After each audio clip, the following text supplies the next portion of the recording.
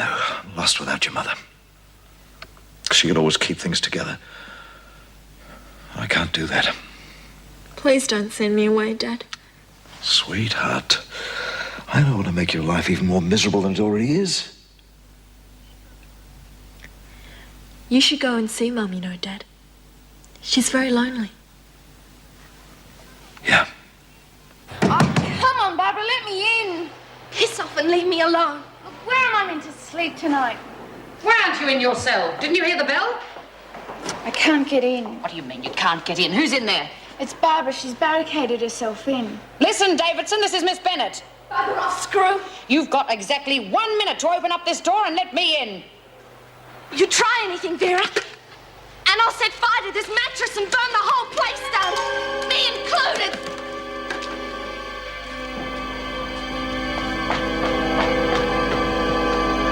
He's just a spoilt brat looking for attention. What do you propose to do? Absolutely nothing. Nothing? But how? We'll leave Barbara exactly where she is. She's had a very easy life all these years. Going hungry for a few days is something she's never tried. And I really don't think her convictions are stronger than her stomach. Don't you agree, Miss Bennett?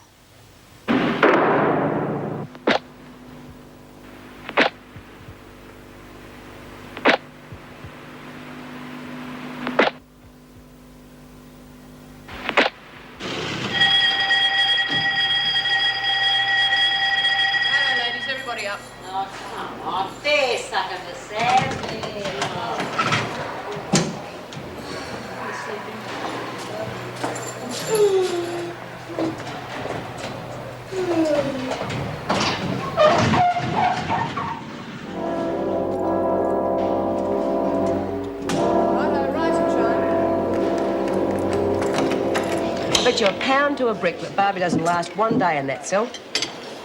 No, have you ever read The Count of Monte Cristo? No. If it isn't in Classics Illustrated, I haven't read it. I'd smack her in the mouth if I were you. Look, love, if you don't out-tough her, she's going to walk all over you. It's creatures like her that are responsible for Barbara barricading herself in her cell. Who are you calling a creature? Shut up, Doreen. Well, Barbara can lock herself in there for as long as she likes, but she's still got to face the inevitable. Sooner or later, she'll have to come out, and when she does, she gets it both ways. You see Vera Bennett letting her get away with it. That Bennett woman's got to realize that she's the main one that Barbara's hiding from. That's not going to stop our Vera from giving her a hard time when she does come out. You sound as if you're looking forward to it. Well, that's the way things are, love. And if you know what's good for you, you won't try and play Crusaders either. Got it? Roberts? The welfare officer wants to see you before lunch. Okay, so they're only factory jobs. But they are jobs. Well, I'm sure you've done the best you can. Better than best, Mr. Warner. Lynn's got a choice. There's the shoe factory or the electrical works. Yes, but we're country folk after all, and I'm not sure how Lynn will be real happy working in a factory. Well, she's not exactly at home here in jail, is she? Have you any idea how difficult it is to get a job, any job, for a prison inmate? I didn't have much trouble. I beg your pardon? Well, it's a matter of who you know, really, isn't it? I don't think we're communicating. Well, an old army mate of mine, Sid Butterfield, he runs a nursery about a mile away from here, and he's agreed to help out. Well, I don't know if that'd be entirely satisfactory. But why? Well, there's a matter of supervision. I mean, at least in a factory, she has a foreman to keep an eye on her. A nursery, it's a bit of your wide open spaces, isn't it? Oh, you could do with some of that around here. Yeah, I guess so. You needn't worry about supervision. Sid's a tough old bird, and he won't take any look from anyone. Well, I will think about it, Mr. Warner. Why don't you go down there and check it out yourself? All right, I'll do exactly that. Right. I won't take up any more of your valuable time. Do you have to go back, Dad? I'm afraid so, love. I've got 40 acres of sorghum that'll rot in the ground unless they get the harvester through it. Well, we can't lose 40 acres of sorghum now, can we? But we can't last. Oh, Dad, I'll never be able to thank you for all the help you've been. And I'll never stop feeling sorry for all the trouble I've caused you. And Mum. Well, you'd better stop. We can't have you moping around the house the rest of your life. Oh, no, really? Now, your mother gets out of the hospital on Friday. And the doctor says she's really on the mend. Also, I spoke to that social worker you've got here about the job at Sid's place. Do you think she'll approve it? Oh, once she gets over having her nose put out of joint, I think she might. Oh, she's not too bad, really. So, well, that's it, isn't it, really? It? 12 months. 12 months out of my life for being an idiot, and then it'll all be over like a nightmare. And that's the way we want it to be. We've always stood by you, your mum and I. And we'll always be there, waiting. If you need us.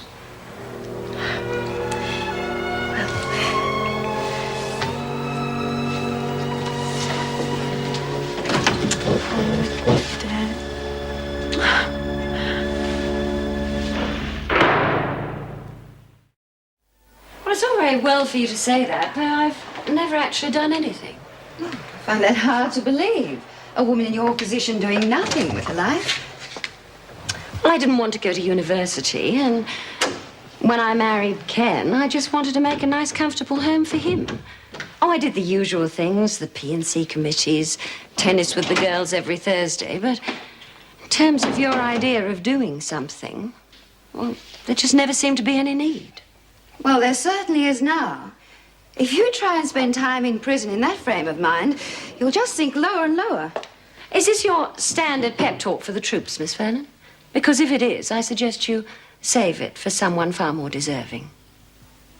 Like who, for example? Well, you could try the governor's niece. Barbara Davison. That poor child's locked herself in her cell because the other women are terrorizing the life out of her with the tacit approval of one of your prison officers. What do you mean, approval? Maybe I should say active encouragement. That's a very serious statement, Mrs. Roberts. It's meant to be. Would you come with me now and repeat exactly what you've told me to the governor? I've seen enough of life in here to know that that would be fatal. Or what if I go to her myself without mentioning you? That's entirely up to you, Miss Vernon. Well, all I know is that we've already had one suicide in this place, and the way things are going, we could have another. Barbara always was a difficult child, but I had no idea she'd hold out as long as this. Isn't there any way in which we can force our way in? Of course there is. If we want to run the risk of Barbara setting fire to herself and her room. Well, how else do you expect us to get her out of there? Don't you realize that every hour she's in there increases the contempt the other prisoners already have for us? They'll be saying that if you can't control your own family, what hope have you got of controlling a prison? Yes. What is it, Miss Vernon? We're in the middle of a most important discussion. It's about your niece, Mrs. Davison. May I talk to you privately? Could you give us a couple of minutes, please? This had better be good. I don't know how good you'll think it is, but I can tell you why your niece is so terrified that she's had to barricade herself in for protection. What do you mean, protection? Precisely that. One of the women prisoners is deliberately terrorizing her. Well, I'll soon put a stop to that. I'll call together all the prison officers and I wouldn't do that. Particularly as Officer Bennett is actively encouraging it. I presume you have proof of this. I most certainly have. May I ask where you're getting your information? Well, I can't tell you that. But if you talk to Doreen Anderson, you'll find out I'm right. Would you bring Doreen Anderson to my office at once, please? Yes, Mrs. Jackson, I didn't do nothing, and I'll get behind in the laundry. Well, the governor's more important than the laundry. You think you're tough, do you, Anderson? Eh? I beg your pardon, Mrs. Davidson. Oh, yeah. Beg your pardon, Mrs. Davidson. I said you think you're tough, don't you? Frankie was tough, wasn't she? And now she's dead. How many more people do you want to die before you stop this ridiculous masquerade? I never killed no one. It was that cop. Have you any idea of the damage you've caused? If Barbara goes ahead with her threat and sets fire to the cell, she could die. If she dies, it will be your fault. But it wasn't just me. They was all in it. All? Well, Bea and Lizzie and all the girls in the laundry, and Miss Bennett was there. She saw what was happening.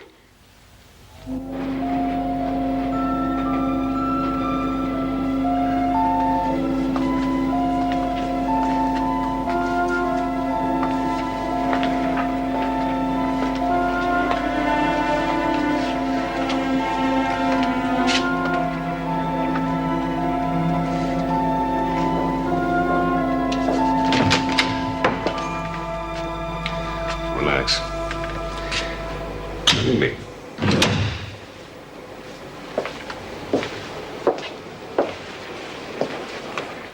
How you feeling?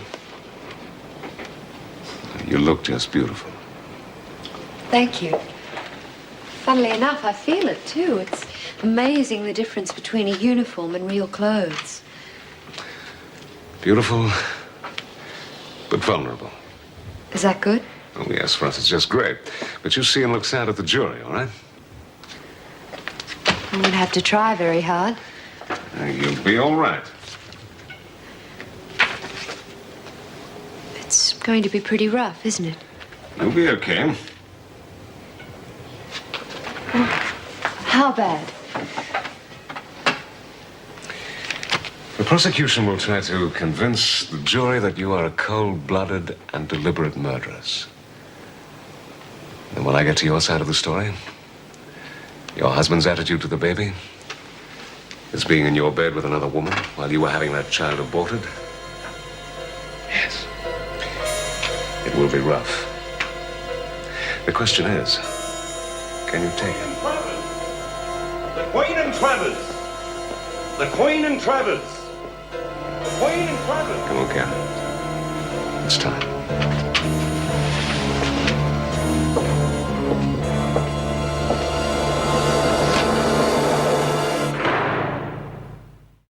As far as I can see, your behavior negates any right you may have. Oh, it's easy for you to judge, sitting up here in your nice, safe office. You don't have to handle a rabble day after day. If I did, I'd do a downside better job than you do. I've been with the department for years. No one has ever found fault in the way I do my job except you. Dear God, you can hardly call it finding fault when I have clear evidence that you stood by and watched one prisoner beat another one. What evidence? Just the word of one of those sluts? That is enough. I intend to report this. You can't. You know how these women say anything to get at me? Well, look at Smith and her disgusting friends and the way they tried to frame me on that bashing charge. And it was Barbara's statement that cleared you. Look at the way you're repaying her. You told me to treat her like any other prisoner. If this is the way you treat other prisoners, then you deserve to be reported. I'll let you know what I decide. In the meantime, I'll try to clear up this mess you've made with Barbara. And I want you to stay as far away from her as possible. With pleasure.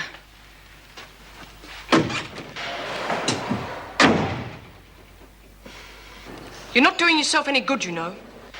How can you expect us to help when you won't even discuss it sensibly? Hey, Barbie, you're on the wrong side of the door, love. Yeah, no beef. All these years I've been in prison, first time I ever seen a screw try to get into a cell. Haven't you got any work to do? Yeah, we came to get the dirty washing out of her cell. Move those women out of here. She won't even answer now. Leave me alone, please, mate. Now, come along. This is not a circus. What about me schedule? I mean, just keep moving me. Oh.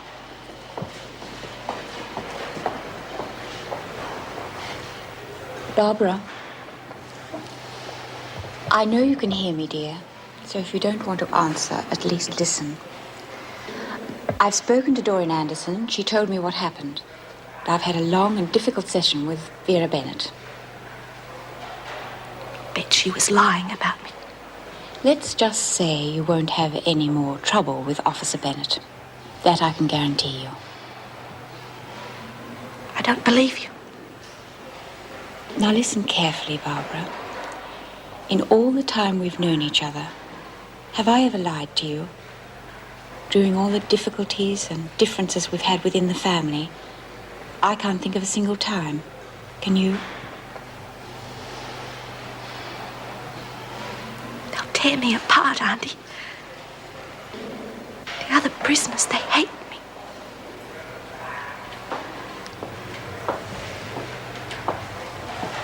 If you come out now and do as Mrs. Jackson tells you, I promise you I'll protect you and no one will hurt you. I give you my word.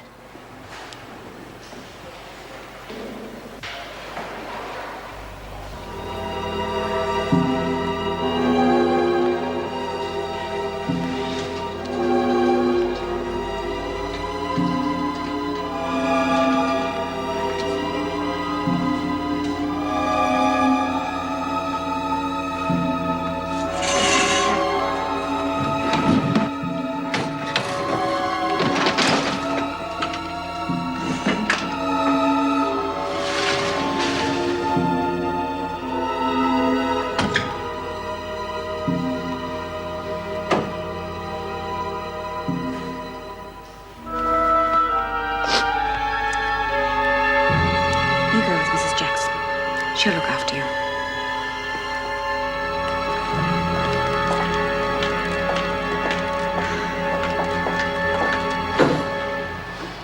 How is she? Well, I took her down to Dr. Miller. He's given her a sedative and she's resting there. Thank you. Would you like some coffee? Oh, thank you. Smells good. Come to any decision about Barbara? I think so. I intend to transfer her as soon as possible. Oh, that's a bit drastic, isn't it? You mean it's an admission of failure? No, I didn't say that. It is, in a way. She'd never get any peace with the other prisoners knowing of our relationship. And regardless of what I told her, I know damn well I can't protect her. No, she'd be better off in another prison. And I'd certainly be better off as soon as she leaves. Well, the other prisoners will come to accept her. In time, they always do. And during that time, we'd have nothing but trouble. Seems such a pity. It is. I've always tried to run this prison as a place of rehabilitation and reform. Just makes you feel a bit down when you realize you can't really rehabilitate someone as close to you as your own niece. Maybe Vera's right. Stand down and just keep stamping down. Oh, you can't believe that. I'll get her transferred as soon as possible. I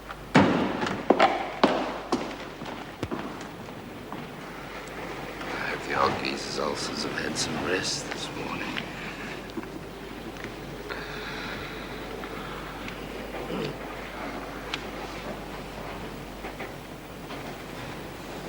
Yes, Mr. Wilson. May it please the court, I act for Mrs. Travers in this matter. Very well, Mr. Wilson. You have the court's attention. Ladies and gentlemen of the jury, as you know, this hearing is the second hearing to do with the facts surrounding the death of one Wayne Travers, the husband of the defendant. Now, we will not attempt to deny that Mrs. Travers killed her husband. We would, however, bring to the attention of the court circumstances and evidence of mitigation, which should affect your assessment of the guilt of the defendant. The court takes it that the plea of guilty still stands. Yes, it does, Your Honor, and we will be relying on mitigation. I will bring evidence to show that at the time of the original trial, the defendant was in such a state of emotional turmoil as to preclude her from properly conducting her defense. I will show that the defendant, whilst not willfully perjuring herself, was not of sufficient clarity of mind to have the best regard toward her own interests. Well, perhaps if you bring to the court's attention the actual facts you intend to bring to back up your assertions. Yes, I'm coming to that, Your Honor. With due dispatch, one hopes. I will ask the jury to consider the circumstances of the woman whose background, religious, and social beliefs conditioned her to hold the life of a child sacred. I will ask you to understand the mind of such a woman, forced by her husband into aborting the child of their marriage. I would ask you to put yourself into the defendant's place. When, on returning home from hospital, after such a harrowing and traumatic experience, she found her husband in bed, in their marriage bed, with another woman. I would ask you, ladies and gentlemen of the jury, to understand what Karen Travers did under extreme provocation, and then to ask yourselves, what would I have done?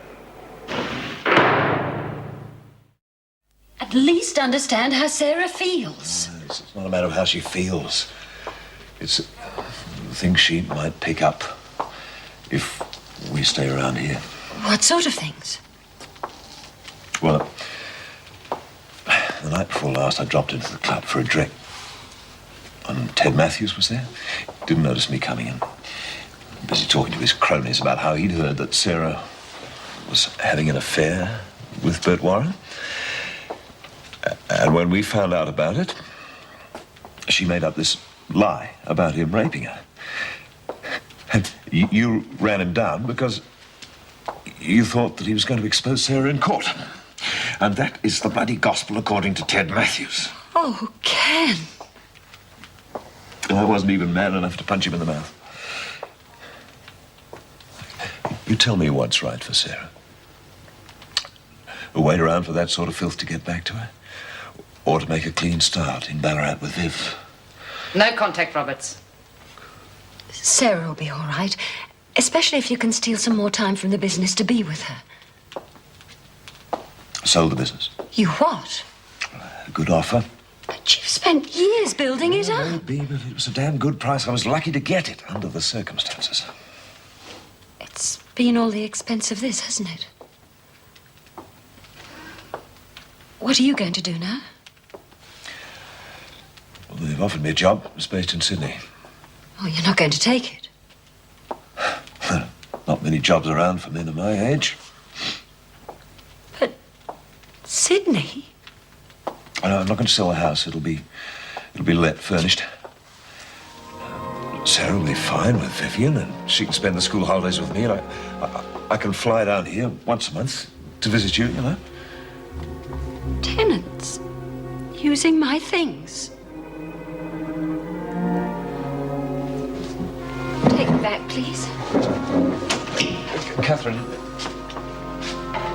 I'm sure you did what you thought was for the best, Ken.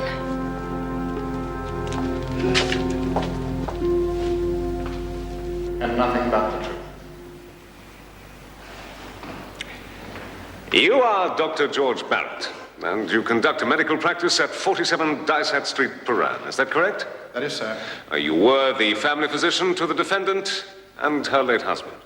That is correct. Well then, Doctor, did you examine Mrs. Travers during the past 12 months? I did. What was the result of this examination? Mrs. Travers was pregnant. I see. And what was Mrs. Travers' reaction to this news? She was delighted. She had often told me how much she wanted a child. Oh, really, Your Honor? We can't have what the sailor said, you know. Mr. Proudfoot is quite correct. You cannot consider the defendant's second-hand testimony as related by this witness. This pregnancy was confirmed some 7 months ago. Yes. May I draw your attention to the accused? Would you say that she is currently 7 months pregnant? She obviously is not. Is it your considered opinion, then, Doctor, that the pregnancy was terminated? Yes, Mr. Proudfoot. I think the court is a little ahead of you. All the witness is able to tell us is that the accused is, in his opinion, no longer pregnant. This he has done. You cannot ask his opinion as to how this state of affairs came about. Very good, Your Honor.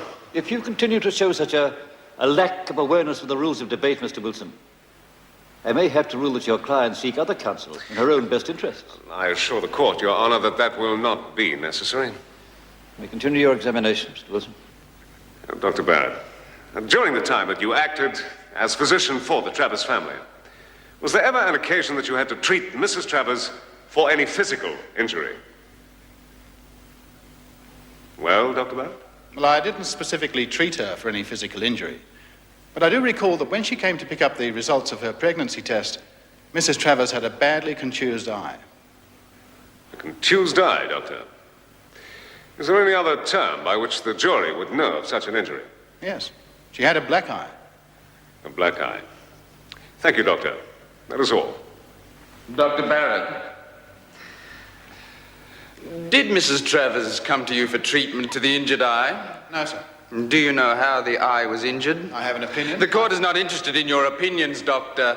Do you know how the eye was injured? No, sir. Am I to take it that in your capacity as family physician, you were privy to the domestic situation of the accused and her late husband? To some extent, yes. Then I ask you, did the accused at any time suggest to you that her husband was a violent or abusive man? The question never arose. So, to the best of your knowledge, the Travers were a perfectly normal, happily married couple? As far as I knew, yes. Thank you, Doctor. That is all. Any further questions on redirect, Mr. Wilson? No, Your Honor. No further questions.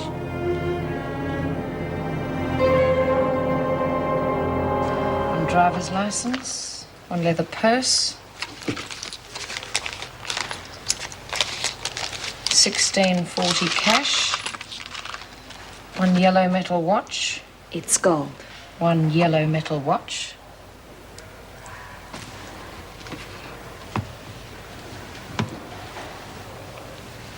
Well, goodbye. I shall come to visit you. Will it be the same as this place? Sign for your property, please.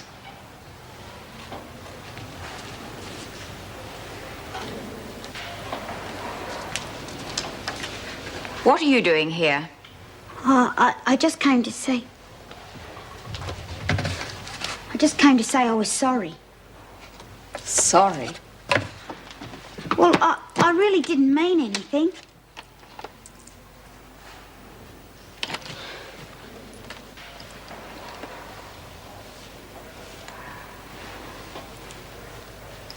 Sorry, Auntie. Out to the van.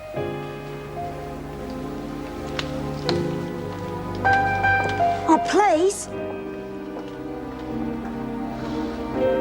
Doesn't matter how hard I try. I'm not really Frankie, am I?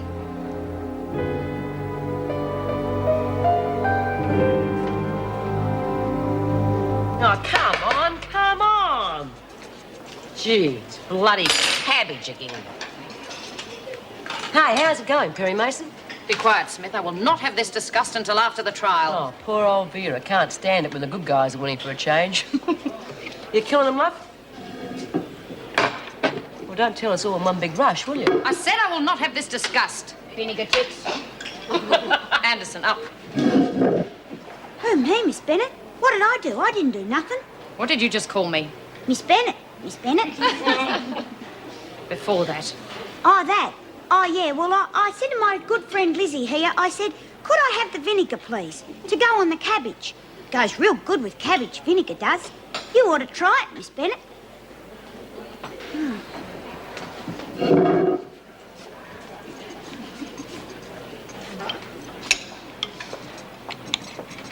That fancy lawyer of yours delivering the goods? Hope he's doing more for you than did for Kate here. No, really, love. How is it going? Well, so far, not so good, B. Look, what are you trying to prove, love? 6 months you've been here and you haven't opened up to anyone. What do you reckon the odds are? Oh, don't you see, love? With your mum not at home and me having to sell up to pay for the trial, I've got to take what I can get and go to Sydney. Well, take me with you. I can't do that, love. Not to live in a one-bedroom company flat. Have you start a whole new education system in a new state? But I want to be with you. You will be, love. Every school holidays, I promise you. Oh, look. You've always liked it at Auntie Vivian's. And you and her kids get on like a house on fire. Look, can't you see, darling? I'm trying to give you the best I can.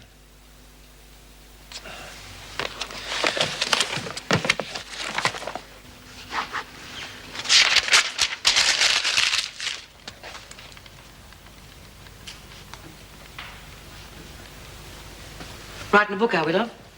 Oh, letter to my husband. There's a lot of things we must get sorted out. Yeah, well, I sorted my old man out. I shot him. I will never forget the look on his face. What's the problem? Ken sold the business. He's moving up to Sydney, and he's put Sarah to stay with an aunt. It's just as if I'm standing in the middle of the world and watching it disintegrate. Typical bloody male. First sign of trouble, they piss off. Oh, Ken's never been the sort not to face things. Until the going gets tough, eh, love? Smith, get back to your own cell. Lights out in 5 minutes.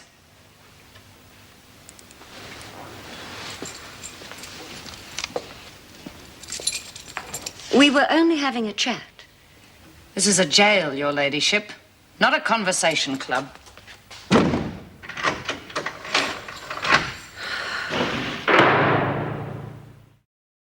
I just wonder if it's all really worth it. Yes, of course it is. All right, so we had a setback yesterday. But there's still a lot of shots to be fired in this battle before it's over. And we're going to win, aren't we? If you say so. Yes, I say so. And before we're finished, we'll have your sentence chopped right back. God, I hope so. I believe in you. So how about believing in yourself, huh? Oh, Mum. I wish you were out of here and things were the way they used to be. Darling. I feel such a fool. I told myself I wouldn't cry. All the way here I kept saying, mustn't cry, mustn't cry. Now I'm carrying on like an idiot. Darling, I think you better go now. But promise you'll come and see me often. I will. I promise I will. Oh, Mum. Why can't I just let one happen? I don't know, darling. I don't know.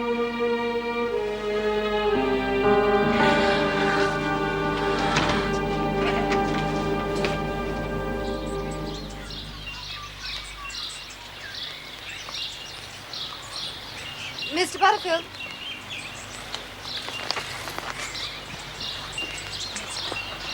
Hello. I'm Jean Vernon. Oh. From the prison? Yeah. Ted Warner told me all about you. Oh, well, I'll try not to be the monster you're expecting. No, you'll be all right. It's just that I have to approve places of employment for those going out on work release. Well, yeah, I'm a pretty flighty character, been in business here for 20 years. Always pay me tax dead on the knocker. And I've been known right round the district here as somebody who pays net cash 30 days. If I was you, miss, I wouldn't trust me as far as I could kick me. Don't misunderstand me, Mr. Butterfield. What I'm really concerned about is the welfare of the prisoner. Oh. Well, that's comforting. I guess the most important thing is whether you're prepared to take on Lynn. Oh, she'll be all right with somebody standing over her for a bit. Don't you worry about it with me, miss.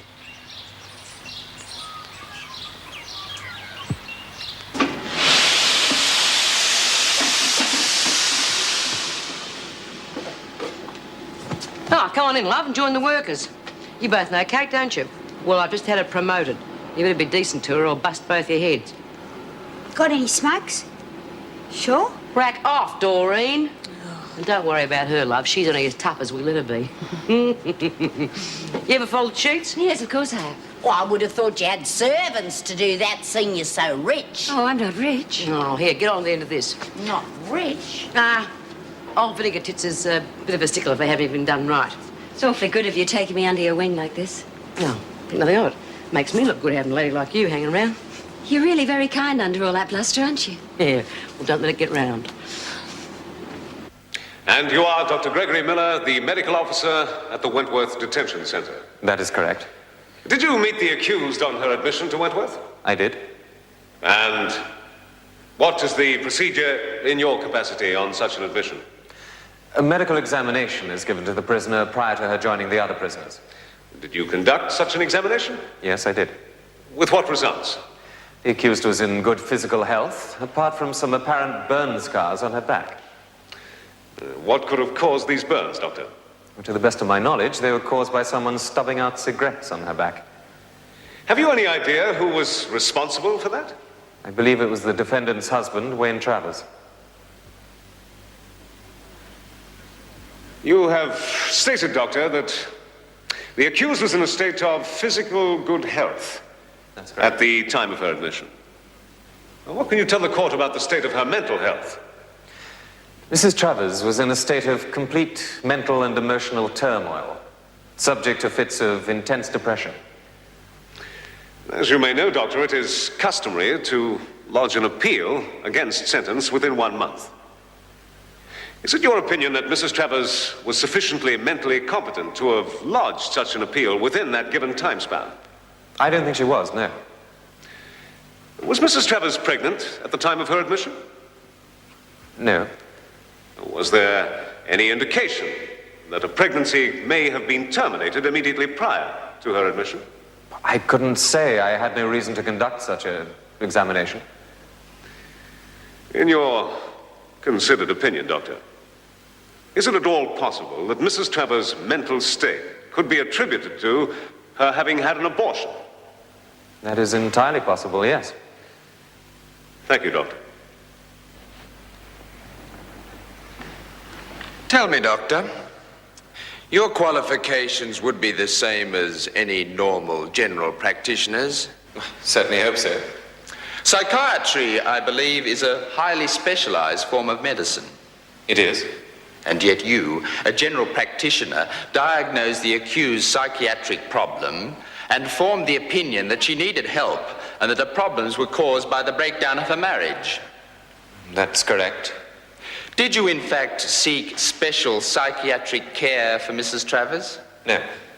And so you, a general practitioner, treated a highly specialized psychiatric condition? I felt perfectly confident to do so. The matter of the cigarette burns. Did you, in fact, see Mr. Travers inflicting them upon his wife? No, of course not. Mrs. Travers told me that he'd done it. Oh, I see. This same Mrs. Travers, this psychiatrically disturbed patient. I was and still am perfectly prepared to believe her. I'm sure you are, Doctor. Tell me, did you know Mrs. Travers prior to her admission to prison? I don't see what that has to do with the matter. I think the court will find it relevant, Doctor. Did you, in fact, know Mrs. Travers? Yes, I did. Quite so. In fact, one could say that prior to her meeting her husband and marrying him, Karen Travers and you were lovers. I don't see what our personal life has to do with my professional opinions. Oh, come now, Doctor. If need be, we can call witnesses to the fact that during your student days, you and the defendant were, in fact, contemplating marriage. That was a long time ago. And you are asking this court to believe that you no longer have any, shall we say, tender regard for the defendant? Well, of course I do. But if your insinuation is that I am still in love with Mrs. Travers, and that I am perjuring myself and dishonoring my profession in order to protect her, then you are both grossly mistaken and grossly offensive.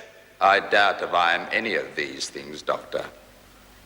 To be blunt, I submit that you are manufacturing your testimony to protect the woman you still love. Oh, that is a complete lie.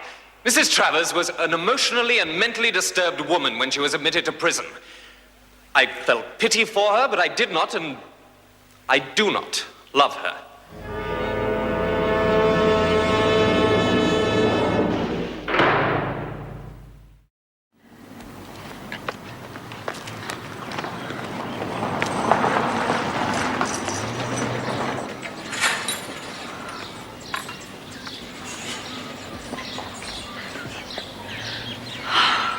Oh, it's so beautiful here, Miss Vernon. I know I'm going to be happy. I hope so, Lynn. Listen, what's he like, Mr. Butterfield? Oh, he's all right, I think. But you mustn't expect everybody to be as understanding as he is. Well, I don't get you. Well, you're going to meet other people here who may be a little bit prejudiced because you're a convicted criminal. I won't do any harm. Fine. Just remember to keep your cool.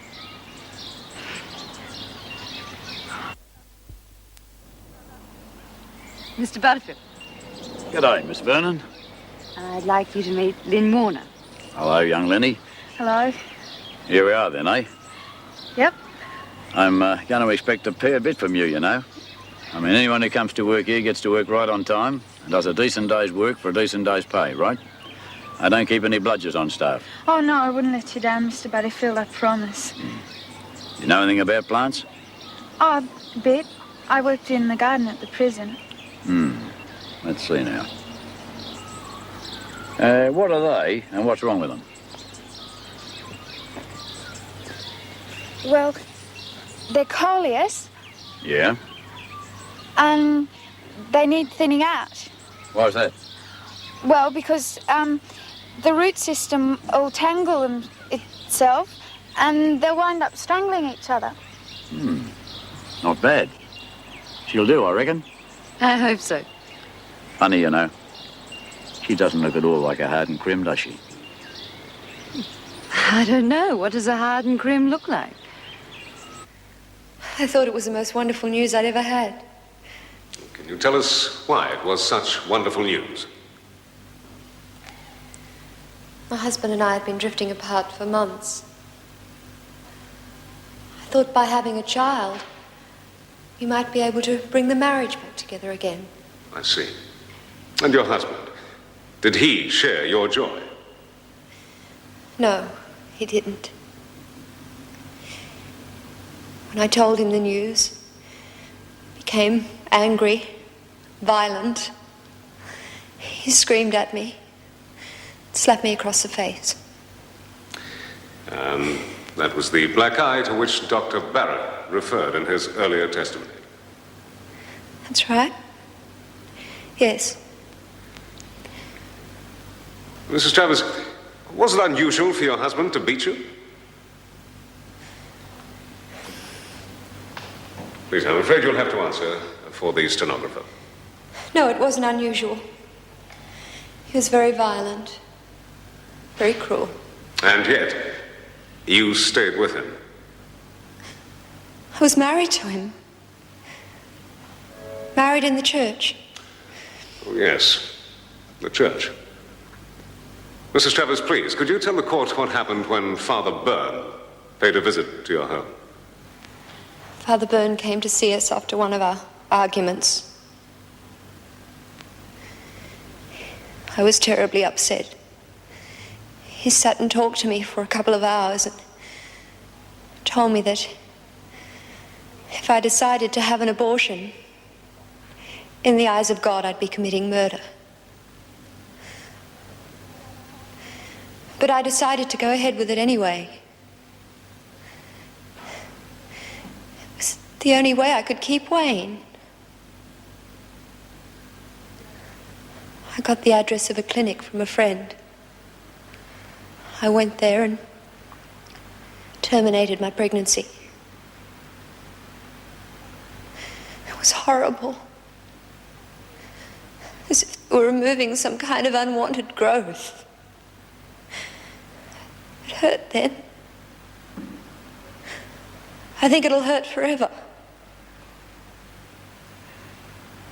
After the clinic, you then went straight home. Yes. Could you tell us, please, what happened then?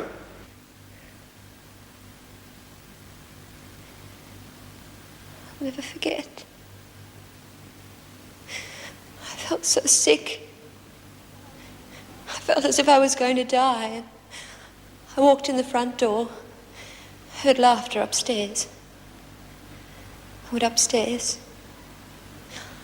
I opened the door. I saw my husband in bed with another woman. And I went downstairs. And I sat down. I had to collect my thoughts. I saw a knife. I went upstairs with the knife. The girl ran away. My husband was in the shower. I walked in and I stabbed him. The water went red. Oh, red.